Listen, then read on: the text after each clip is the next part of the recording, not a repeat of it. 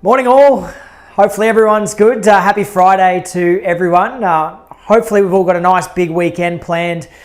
Plenty of activity going on as well. I know we've got quite a few on both sides of the ditch coming up this weekend, so very excited to see how that unfolds in the next little while. I'm excited about today's session because we're going to talk about probably the biggest question that we get when we do auction training, which is around how do I handle inquiry when it comes across my bow as soon as I list an auction property. We're going to talk a lot about structure as well. And also just wanted to say a big thank you again to Auctions Live for facilitating these sessions, putting them out there. Again, speaking to the testament they've got to the commitment and the improvement of the industry to make sure that things keep getting better in terms of our skill set and our development around confidence with auctions. We've got the live chat running, so hopefully everyone's got access to that chat functionality. At any stage, if you've got any questions at all, please do jump on there. Say hello if you want to say hello. Ask any questions that might bob up at any stage of today's presentation. But again, thanks for giving us some time and tuning in today. It's always greatly appreciated, and I don't take it lightly that you're sharing part of your Friday with me. So that in mind, we're going to jump straight to it. We're going to start off talking about this structure around auctions. Now, what we see a lot with the agencies we work with, and what I guess differentiates the good agents from the agents that struggle at auction, is sometimes just having a plan or a process around what they do. We spoke in the last session, which was all about listing auctions, about the difference of attacking an auction being an auction versus attacking an auction as being part of a wider process. And it really comes back to this structure and this control over our auctions to make sure that we do have a plan and a process in place to make sure that we do the consistent actions and activities all the way throughout the campaign to make sure that we get the same result over and over again. Now, we said in the first session, our goal with auctions is twofold. Number one, to generate your next listing opportunity, but number two, to get your seller to understand the market. Now, we've got to make sure that we do the same things time and time again so we get that repeated result of our seller understanding the market time and time again. And we want to keep going down this theme of really exploring and committing to doing auctions as a process rather than being all about the event or the day at the end.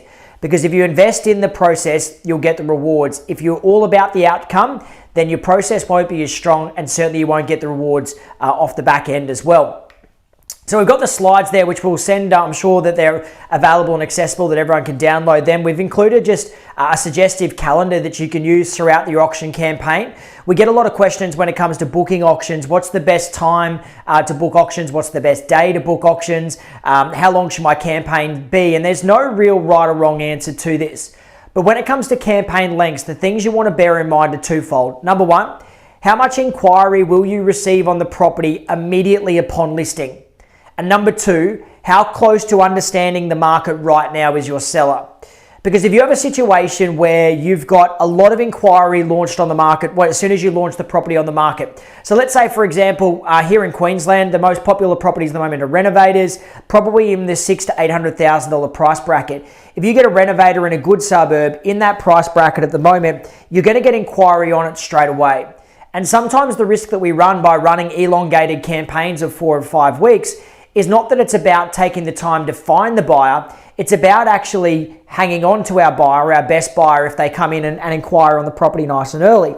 So in instances like that, you might want to look at doing a 3-week campaign. If it's a situation where you think you might need a little bit more time for the market to give you enough inquiry to get the seller to understand the market, or your seller's going to need an extra bit of time to understand the market, then you might want to push that out to 4 weeks and 5 weeks at an absolute maximum. But realistically, there should be no auction campaigns that should run longer than that because it is about that process, about getting our seller to understand that market. And realistically, if we do everything that we can in terms of promoting and marketing the property, creating the right information and pass that information back across to our sellers, 4 weeks and 5 weeks at a pinch should be ample to allow us to accomplish those goals. So anything between that 3 and 5 weeks is probably normality. Occasionally we do a 2-week auction. So a property that's just red hot, or a property that might have fallen over with a lot of conditional interest, running a 2-week auction might be a good way to go.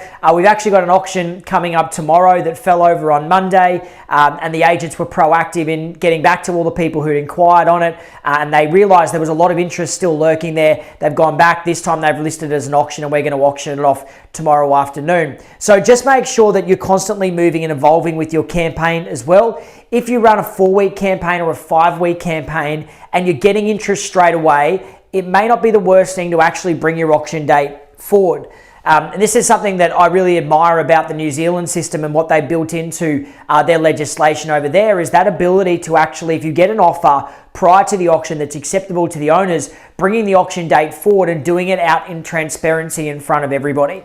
So that's a good way of actually making sure that we can position our marketplace to still seeing the way the transaction unfolds, rather than selling properties prior here in Australia, which most commonly happens behind closed doors with the marketplace not having any input or any visibility over that transaction.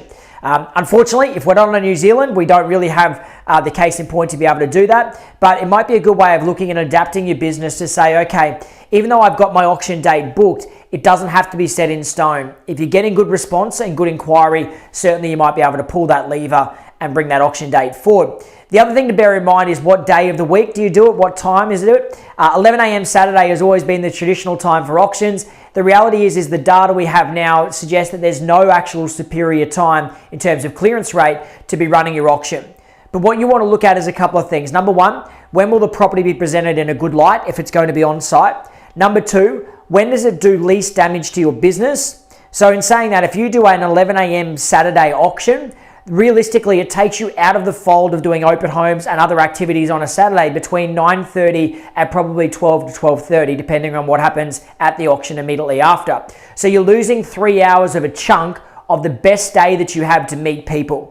And if you're doing consistent numbers of auctions, if you replicate that week after week after week, it actually adds up to a huge amount of time that you're taking out of that prime game day, as we call it, on Saturday. So it may be something that you look to do then, where you either look to go midweek with your auctions, you maybe look to go in-room with auctions, or maybe even pivot to a Sunday, which might be a better day to actually run your auctions and allow your Saturdays to be clear for open homes and other assorted activities. But I will say this, and I will have this on my tombstone when I pass away: the day and the time of the auction will not affect the outcome. The only thing it may affect is your crowd size, but it will never affect the outcome of the auction, because there's so many facilities now for buyers to be able to bid remotely. Clearly they can bid over the telephone, but now with, like the guys at Auction Live have created, is they've got this wonderful ability to bid at their own convenience while sitting at their work desk, sitting at home, sitting in their pajamas, sitting in the Uggies, whatever they might be most comfortable doing. So time and day of the auction taking place is no longer a barrier, and neither is location. So clearly now this has become heightened with border closures. For those people down in Victoria, anyone that's watching on for Victoria, where hopefully everything's going okay for you guys, and lockdown is proceeding okay. Here in Queensland, they've done a bit more of a harder closure of the borders, which means people can't travel up to bid at auction if they live further away. But now with the online bidding facility that's available, that doesn't take these buyers off the table. So as long as they've inspected the property or they've done virtual inspections of the property and they're comfortable with their decision making, there's still buyers that are there, readily accessible for us to work with. So that time and day thing doesn't matter anymore. A good business down the Gold Coast, Harcourt's Coastal, they do auctions every Wednesday at 11 a.m. and their crowd sizes are phenomenal. So it's never going to be a barrier. It's just our own mindset that we need to jump across. But secondly, we need to identify what's going to work best for our business. And that may be not taking that huge chunk of time out on a Saturday. It may be actually investing that time in a different time throughout the week. So work with your calendar, but a few of the fundamentals around the calendar, which you'll see in the slides we've got on the right-hand side. First and foremost, ideally you want to open the property a minimum of 2 times a week, preferably 3. So Saturdays are just about mandatory. A midweek open for inspection, which is a twilight, should definitely be strongly encouraged as well. And if you're feeling up to it, Sundays are a good day to be able to run your campaign open for inspections as well. But if you're not that keen on giving up your Sundays at this point in time, there definitely is a minimum. Work with your Saturdays, work with your midweek open for inspections as well, and give yourself enough opportunity or more opportunity to not only meet more buyers, but potentially meet your next listing opportunity as well. So remembering, that's one of our key pillars that we want to try and generate as our next listing opportunity off opening up this property indeed. So that's our first thing we want to be doing, setting that campaign in place. Sit down with your seller prior to the campaign starting and schedule all your vendor meetings. So week 1, Tuesday night ideally is the best night. because it means the vendor report usually goes out on a Monday afternoon or a Tuesday morning. The seller has time to digest the information. You can sit down and have a proactive conversation with them, and it's early enough in the week that any changes that need to be made regarding marketing, back-end pricing, price guides, if you're in a state that allows that, you can actually make those happen prior to Saturday or prior to the midweek open for inspection. So set your vendor meetings from the start, Tuesday night, Tuesday night, Tuesday night. If it's a 4-week campaign, the 4th week, the reserve set should be done on a Tuesday night as well. A lot of agents we work with for some reason like to leave the reserve right as a big surprise up until 5 minutes before the auction. Get it done early in the week. Because if it's a good reserve, you'll feel pumped, you'll feel amped, and you'll go out to the marketplace and that energy will manifest on itself. If you get a bad reserve, it gives you time to fix it. So Tuesday nights are the ideal time if you're running Saturday auctions to be setting your reserve. If you're running a Sunday auction, Tuesday night's still great. Wednesday night might be another alternative for you as well. But set them in the week nice and early. That way you can clear it off your desk and then you can start to deal with the buyers in the last 3 or 4 days, which is going to be where you're going to have the most impact and indeed, I guess, the most purchase on it as well. So what you want to be doing once you've set these campaign, get all your open for inspection set. The other thing you want to do, and we'll talk about this a little bit further down the line, is right from the start when you list the auction property, is write your email template for responding to realestate.com or domain inquiries that come through. So you want to make sure that you write your template from the start, because then you can send the same template to everybody, which gives you consistency of message out to the marketplace. If it's the opposite thing and you actually don't do that, what you'll find is every single time an inquiry comes in, you'll have to type it out, respond it, and it'll become this big mission where you've got to continually respond to the inquiry. So write your template right from the start, and then simply as soon as you get an inquiry, bang, off it goes, off it goes, off it goes, easily done with a list of recent sales and any other key information that might get presented for you at that point in time as well. So on that calendar, there's a whole lot of other different things you want to do around inspection creation. We don't have the time to go through that in its totality today, but hopefully that gives you a bit of a guide around the structure of how we should be listing and making sure that we generate as much opportunity as we can off the back of that auction campaign. So heading forward and talking about our main meat and potatoes that we're going to talk about today around handling inquiry. For me, handling inquiry is all about creating value.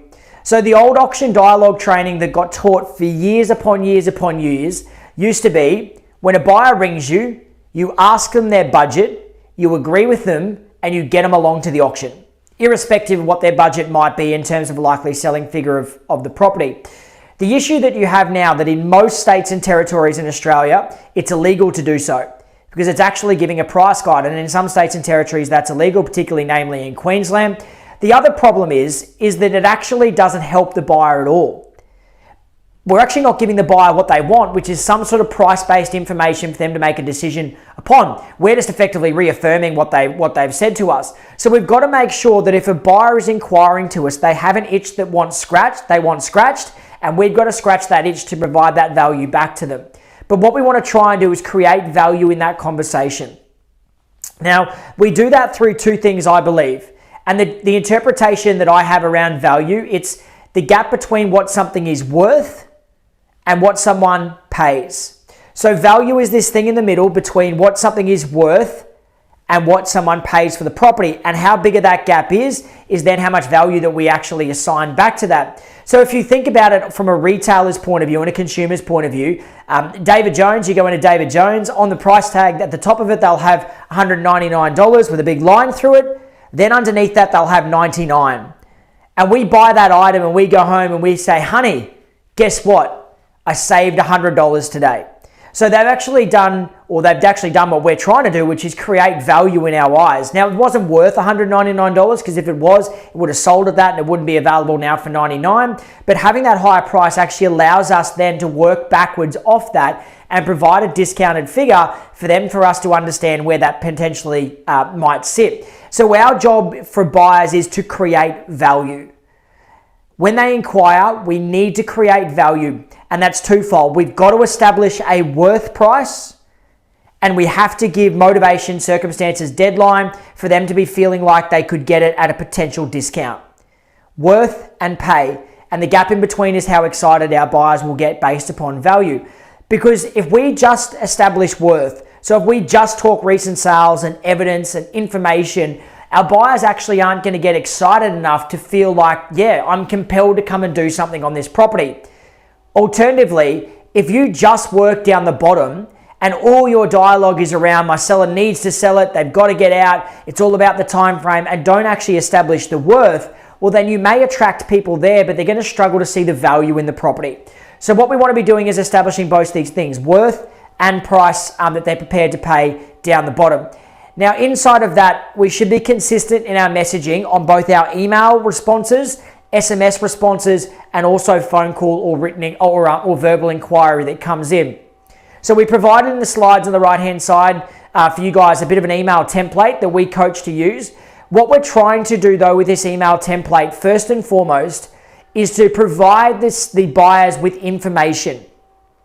But the information that we provide has to be transparent, as that it's also the information that our sellers have seen. So we want to give them the recent sales that our sellers have seen and we've discussed with them at the listing table. Now, we said last time when we go into our listing presentation, we talk about superior and inferior. On this email template, what you're going to do is you're going to find one superior property to the one you're offering. Now, when we say superior, it has to be clearly superior. So it can't be one that the buyers can argue, I think that's actually slightly worse, or they're pretty close. Like, it's got to be clearly superior. And the easiest way to do that is generally something with a bigger land content, with more bedrooms and bathrooms, renovated if this one's unrenovated, or something that's in the next suburb over that's deemed to be superior by everybody. So you want to try and find a superior property and you're going to reference that one. On the flip side to that, below that, is you're actually going to put an inferior property as well. So again, you're working the opposite way. So you're going to find a property that either has less bedrooms, bathrooms, unrenovated if this one's renovated, one that's on a poorer land content or a land location, or an inferior suburb as well. So what you want to make sure you're doing around that is that you've got a superior and an inferior sale, which effectively is a price guide. I understand that, but it's a price guide based upon facts that have been discussed between you and the seller. So what you need to do is to say to the seller at the starting point, here's the email template I'm going to send out. And further to the point, what you need to come back to the buyers is to simply say in this email template, here's a sale that's superior, here's a sale that's inferior based upon the information and the knowledge that we have. Then on the back end of the email, what we're actually going to put, my sellers are going to auction because they require a cash unconditional contract, or their circumstances require a cash unconditional contract prior to a certain date. So what you can see there is all of a sudden you can start to create value in the eyes of the buyers, because not only are you talking information, which is what they want, also down the bottom here, you are actually then providing them with motivation, circumstances, deadlines, excitement, everything that the buyers are going to start to get more excited on. So it's our job to do both. Create worth, create value, establish a pay figure. And we want to go through that whole process of doing that. So effectively how that works in a dialogue, and it's a little bit harder when I'm standing in a room by myself to do this, but I'll have to do the Eddie Murphy and do both parts, the buyer and the agent. A buyer's going to call you when their first question is always going to be a question that you cannot answer, which is, what's the reserve price? What will the sellers accept? Or what's the sale price going to be? Now, none of those can you actually say an answer to, because none of them have actually occurred yet. And in terms of what the seller will accept, well, what their seller might accept now is very different to what they might accept at the end of a campaign. So we've got to make sure that we're just going and following this framework. So call comes in, ring, ring. Hello, Justin speaking. Hi, Justin. It's Justin here. I'm looking to inquire on the property you've got for auction at 26 Smith Street. What's it going to sell? What's it going to sell for?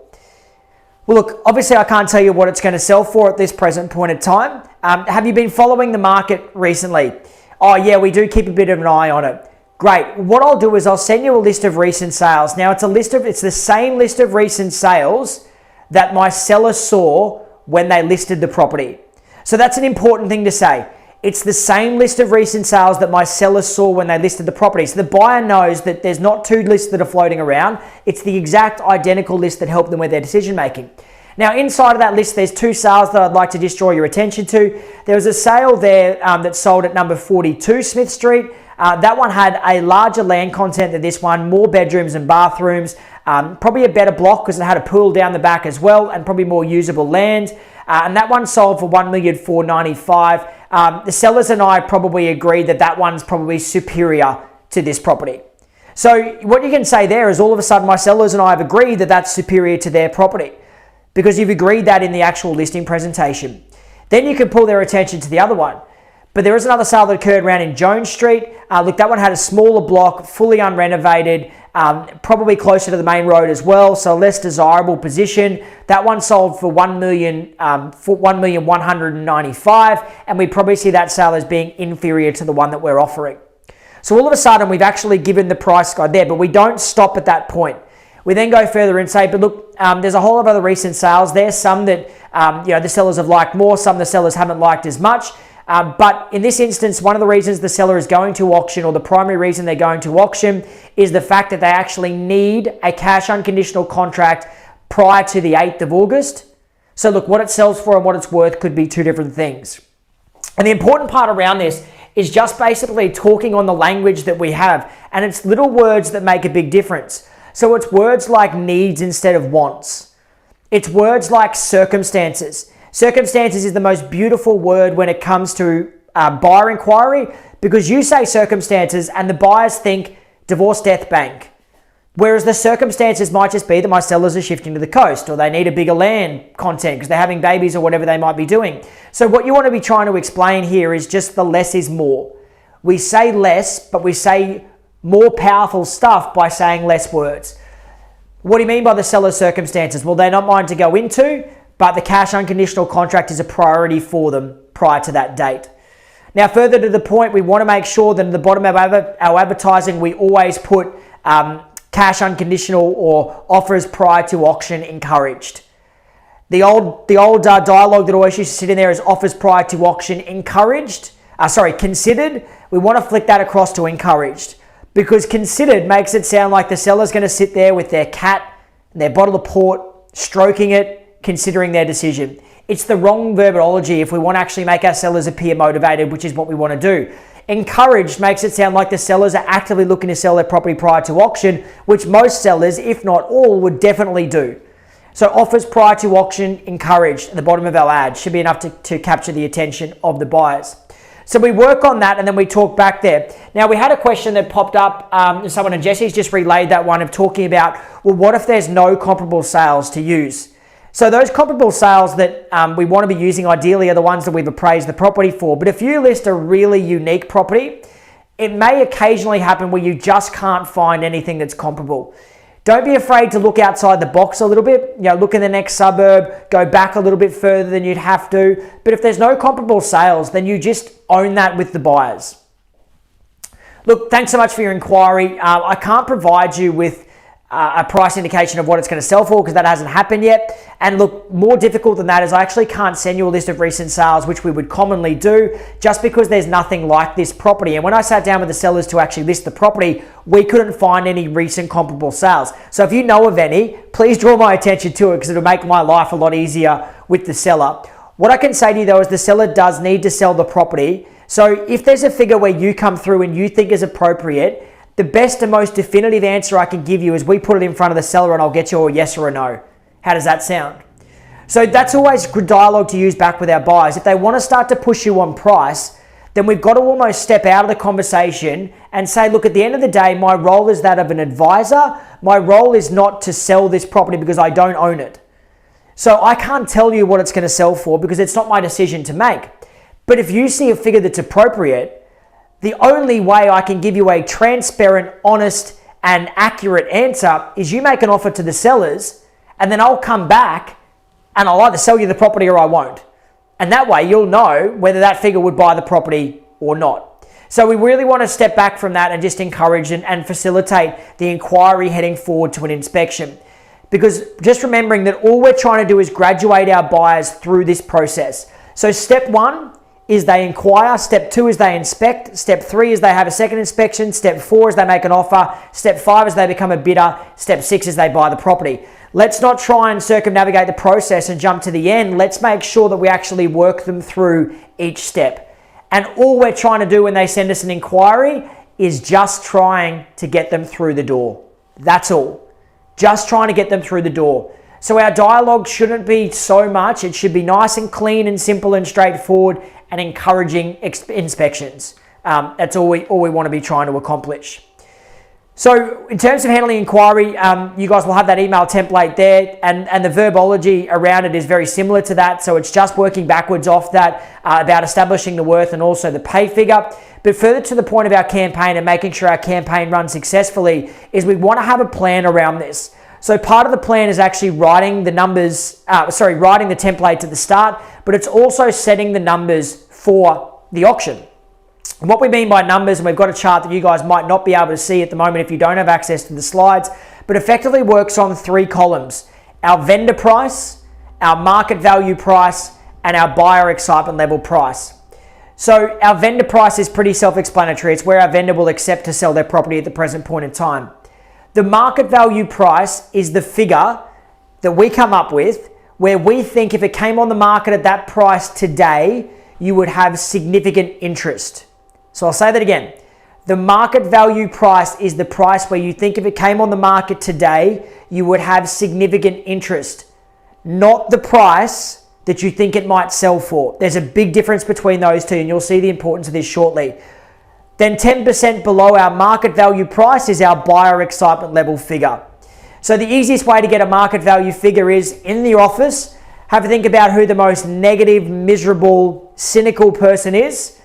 Hopefully they're not sitting next to you. If they are, just say, hey, I want to take you out for a coffee. I've got a new listing. Do you mind if you come through, tell us what you think about it, tell you think it's worth?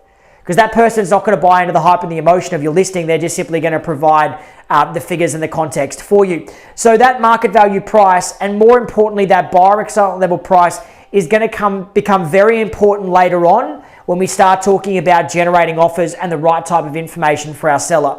But again, it's having this flight plan right from the start where we don't just go ad hoc and we just go with a she'll be right, que sera, see what happens. We actually come in and we actually set this process and this structure in place right from the moment we list the property. And then we just follow that process all the way throughout. So one little notion that might be good for us generating more traffic, but also making sure we generate listing opportunities is talking about VIP viewings. So VIP viewings, I believe, should be mandatory on every single listing you have. I don't care if it's an auction, private treaty, it's a unit, it's a house, whatever. VIP viewings are so important. People say to us, well, I only do VIP viewings when I have a special property. But the point around VIP viewings is that they aren't designed to make the property a VIP. They're designed to make people feel who come to that viewing like a VIP. So it's our way of engaging. And I think airlines and airline reward programs are the best ones for doing this. They actually make people who fly with them really frequently feel superior to the other travelers on the flight because they generally get early access to the plane. They get on there first. They get overhead luggage space there that's waiting for them. They get preferential seating. They have terms and conditions that are open to them that aren't open to others. All those kinds of things. And actually make you feel like you're being rewarded from flying with them over and over again. And the lesson that we can learn around our VIP viewings is what are our 3 key leverage groups when it comes to listing a property and how can we appeal to them and make them feel special? So our 3 key leverage groups are our buyers, our hot buyers that we're working with at that present point in time, our neighbours, and our past appraisals. So the 3 key ones are hot buyers, neighbours, past appraisals. Now, our dialogue to appeal to each of these people and to invite them along to the VIP viewing needs to change for each of those groups. Because if we just go with the same dialogue, it's actually not going to appeal to them. What we need to do is to tweak the dialogue to actually appeal to each individual group and what's important to them. Now, if you're running VIP viewings and they're advertised on Facebook or Instagram, they are not VIP viewings. They are glorified open for inspections. If you're putting a flag out, it's an open for inspection. If you're dropping flyers, it's an open for inspection. VIP viewings, by their name, mean that you pick up the phone and you call people or you knock on their door and you invite them. Because the VIP experience starts from the moment they receive the invitation, not from when they get to the property. Same as a wedding. So when you get invited to a wedding, you get an invitation in the mail. And that invitation generally is nice and presentable because it makes you feel good when you open it that you've been invited. So the experience of the wedding actually starts from the moment you receive the invitation. You don't get a photocopied flyer in your letterbox to invite you to a wedding. So what you want to make sure is that our invitations to VIP viewings reflect the experience that they're going to have. So with our hot buyers, it's really simple, the dialogue. Hey, just want to give you a call. Hopefully you're still looking for a property. We've just listed a property at number 26 Smith Street. We are having a VIP viewing just for friends of our office on Thursday night between 5:30 and 6. Why don't you come along and give it a go before the market gets to it? That's the exciting part for buyers. Early access. That's what they get up and about and excited about. Early access opposed to other people. So let's call them and give them the early access. Hey, we're just thinking of you, want to invite you along before the market gets to it. Now for the neighbours, the most important thing for neighbours are who buys it. So the dialogue needs to reflect that. Hey, it's Justin here. Just want to let you know we've just listed number 26 in your street. You don't know this yet because the signboard hasn't gone up yet. Really key, crucial point. Do it before the signboard goes up. Just wanted to invite you along. We're having a VIP viewing just for friends of our office on Thursday night between 5:30 and 6. We'd love for you to come in and tell us what you like about living in Smith Street so we can pass that on and try and find the right buyer. So then we start to appeal to the thing that's important to the neighbours, which is who buys it. Thirdly, and most importantly, we call our past appraisals. Now, the phone call to our past appraisals, if you want to generate more listings off the back of your auction listing or any listing, it doesn't even have to be an auction, is so important. But with an auction, it works really well because you have this first conversation. Hey, it's Justin here. How the reno's going? Yep, good to hear. Just want to let you know, I just listed a property at number 26 Smith Street. It's not the same as yours, but I definitely think if you're on the market today, there would be some crossover in buyers between your property and their property. So I thought you might like to come through and have a look as a good comparison piece for your property. So that's our first setup phone call. Then the important thing is when we get to the last week of the campaign, we can call this past appraisal again and we can have this dialogue. Hey, Justin here, just want to touch in. I've got a bit of a problem with the auction on Saturday. Yeah, that property at 26 Smith Street, it looks like I'm going to have 4 or 5 bidders there ready to buy the property. Unfortunately, I can only sell it to one of them. So it looks like I might have a few leftover cash buyers who are ready to buy now. If one of them matched up with your property, would you be interested in me bringing them through? So you can see how all of a sudden we start leveraging this one listing into our next listing and our next listing over on top and on the back of that. So we've actually started to plant that seed 3 weeks earlier. But if you don't make the phone call when you list the property and you just spring it on them in the last week of the campaign, the chances are the success rate's not going to be that high. So we've got to make sure that we do the first call to set up the second call. So then we have our VIP viewing. Hopefully we have a few neighbours there. Hopefully we have a couple of hot buyers and hopefully we have a few of our past appraisals there. We do the wine, the cheese, the red carpet if that's your thing. And we make people feel like it's a nice intimate setting. Bit of music on and it doesn't feel like a salesy open home. It's designed as a community engagement exercise. But VIP viewings, if you want to generate more listings out of existing listings, should be mandatory on every single listing that you have because it is your best leverage opportunity to get these groups in because they're more than likely going to provide your future business down the line. So it's about that stepping back to those 2 key elements we want to do, which is A, getting our seller to understand the market, B, generating more listings off the back end of that. So the last thing that I want to close on before we wrap up the session this morning is talking about this auction scorecard that we've developed. So what we've developed is this prototype based upon research of our auction campaigns as opposed to a certain score where you can be confident the auction is going to start to sell. So the way this works is really simple. For every second inspection that you get on a property, you get 1 point. For every valuation that gets done on the property prior to auction, 1 point. For every variation to terms, deposit or settlement that buyers request and are approved, 1 point. For every building and pest inspection that the buyers pay for, 2 points. And for every written offer that you receive prior to auction, 3 points. So you've got this scorecard system. Now what we've found with the research that we've done around this, that if you can get to 15 points prior to auction, the clearance rate on those auctions is 95%. So if we can break this down to a replicatable process and we do it over and over again, it becomes quite easy just to have a marker and a target to aim at.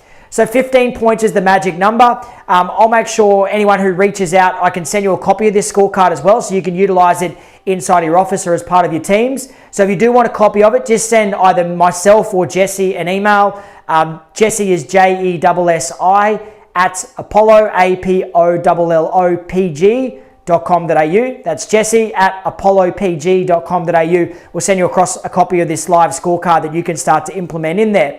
But it comes back to this mindset around process. And I know we keep harping on this over and over again, but it is about a series of repeatable actions that we do every single time. And all of a sudden, when we start doing the repeatable actions every single time, the property to a large extent becomes irrelevant. It's funny, we talk about this a lot. People say to us as auctioneers, well, how much preparation do you do on properties prior to when you call the auction? And the answer is actually very little in most cases, because the property is irrelevant when we call an auction. Because the process that we go down is the process about people. So it's the same thing when it comes to listing and running an auction campaign, is the actual property that you run with should largely be irrelevant, because the same actions and activities you're doing right the way throughout the campaign should always lead you to a consistent outcome. And it's having that mindset around process as opposed to the day itself, and having a structure and a plan in place that allows you to get to that point or that end point much more quickly. So the next session we're going to talk about is going to be all about generating offers. So we're going to talk about dialogue, about generating those offers from buyers, and how do we pass that information across to the seller to make them to understand the marketplace. And then our last session we're going to talk about is the last week coming into auction, which is all about buyer activity, how do we deal with the buyers, and also how do we go through our reserve set meetings. But if you've got any questions at all from any of the content today, feel free to stay online, throw them in the chat box. If there's anything you want sent to you or any further information that we might be able to help with, please feel free to send us an email, and we'd love to help you out. But good luck on the weekend. Hopefully, if you've got any auctions, they're looking reasonable. Might be able to chuck the auction scorecard on it and see what your percentage of auctions or your percentage of chance of selling the auction is likely to be like. But good luck. Appreciate your time today, and we look forward to seeing you again in just a couple of weeks' time. Thanks.